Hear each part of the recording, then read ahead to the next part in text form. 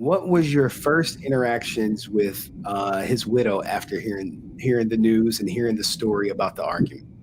So even though I worked with Jason for so long, I really didn't have uh, too close of a relationship with him. We would definitely talk, and here and there sometimes, we did, of course, you know, have to talk with each other. Um, she was always very nice and stuff like that to me. I can tell you that almost every time Jason texted me like late at night, I would hear her in the background like, "Leave her alone. It's 2 a.m. Like let her sleep. Let her." So she was very, imagine having someone constantly there, even though I wasn't physically there, but he would text me all the time. So at first, there was a little, which is normal. I would understand her. I would get upset if someone is talking to my husband 24/7. Ah, so at first she made didn't wasn't the most fondest of you being in her husband's life because of the interactions you guys had. And it wasn't only that. He was telling me a lot of secrets, or a lot of personal things. Let's say not secrets, personal things about him that she was like, "Why are you telling her that?" At first, it was just not understandable. With time, as she met me, because remember, I've stayed in their home. I've gone to the car schools.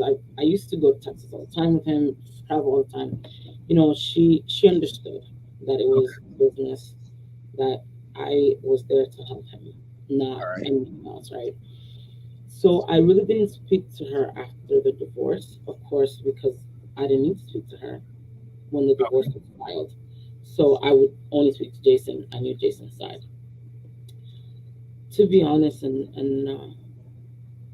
the minute I heard the story that TMZ said, I said she must have told him something. Something put him over the edge I at said that, that. I said that too. right? Uh, I just couldn't fathom that he had done it. So with that mindset that she told him something, when you first see her, do you confront her about this? So th- th- I didn't have communication with her because she had changed her number. I had her old number. Um, but she reached out to me, and the first thing I remember I didn't really let her talk. I was like, please let me see him. That's the first thing I told her. I know that we're not, communicating and whatever happened, or I just want to see him. That was my thing. And she was like, well, I'm actually calling you because I need you to come, you know, pay your respects, say goodbye. Um, and when I literally found out about the wake or the viewing. Hold on. Okay, go ahead. I'm sorry. Keep going. You found out about the wake. I found out Saturday, or it was like Friday, late Friday night, and by Sunday 6 a.m. I was on a flight to Texas. Um,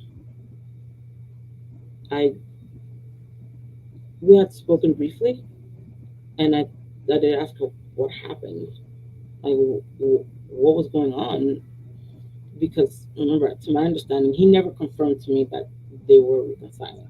Right. Just assumed that they were reconciled because he wouldn't talk about her or the divorce or anything like that. Okay. And you said she may have said something to set him off. Yeah, so that I went with that in my head. To be honest, I was like, something happened, something was said to him. There's no way that he would have done it on his own. Um, but when I met her, I saw her. The first time I saw her was at the viewing, and Was it the open casket at the viewing? yes, Okay. but it was only select people, family, close family, and like people that like worked with him like the schools. So I consider myself very blessed that she let me go. It was she called me. I remember I got to Texas, um, and it was almost like fate. My hotel was only like 10 minutes from where he was being. Because remember, I didn't know. I went without knowing the address because I only spoke to her briefly. So I didn't want to just show up. You know what I mean? Like because I was given the address by um, his business partner. So I didn't want to just show up unless I had blessing. I think it's so disrespectful for anyone to show up in someone's burial or even their grave site without permission from his family and widow. So I waited, and I remember she called me, and her voice cracked, and she's like, "I need you here." So of course I put the address in. It was literally 8 minutes away. I got there in 8 minutes, and she was broken. Like her face was broken. Um, I don't even know how to explain it. It's like instantly when I saw her face, I was like, maybe. Remember, I'm still doubting. I'm like, maybe You still it. got doubts. I was like, maybe something else happened. I'm gonna wait for her to tell me. Um, I remember seeing her. I hugged her. We hugged, and she plummeted. And I'm not like I want to say I'm a good judge of character. She wasn't acting. You know what I mean? She wasn't acting.